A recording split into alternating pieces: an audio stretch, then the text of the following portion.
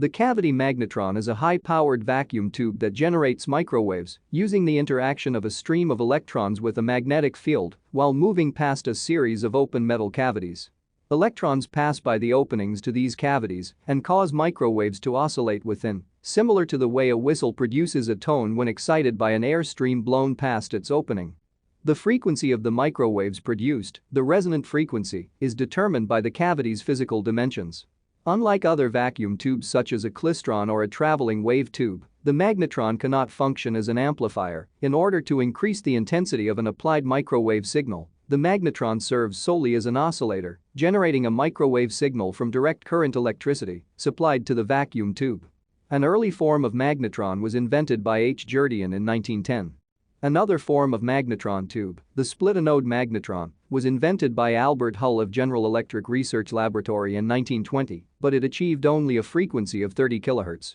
Similar devices were experimented with by many teams through the 1920s and 1930s.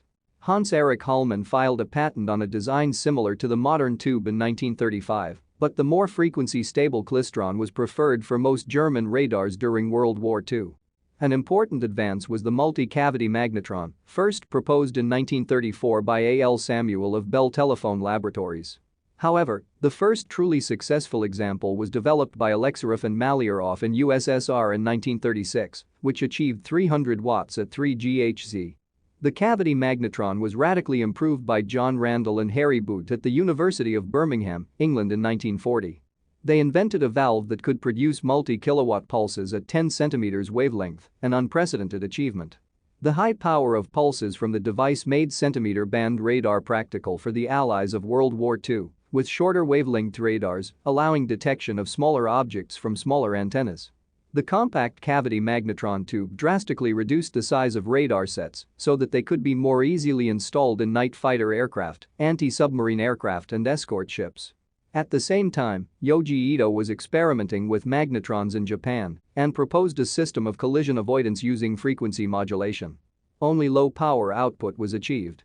Visiting Germany, where he had earlier received his doctorate, Ito learned that the Germans were using pulse modulation at VHF with great success. Back in Japan, he produced a prototype pulse magnetron with 2 kilowatts output in October 1941, which was then widely deployed. In the post-war era, the magnetron was less widely used for radar applications because the output changes from pulse to pulse, both in frequency and phase. This renders the method unsuitable for pulse-to-pulse comparisons for detecting and removing clutter from the radar display. The magnetron remains in use in some radar systems but has become much more common as a low-cost source for microwave ovens. In this form, over 1 billion magnetrons are in use today.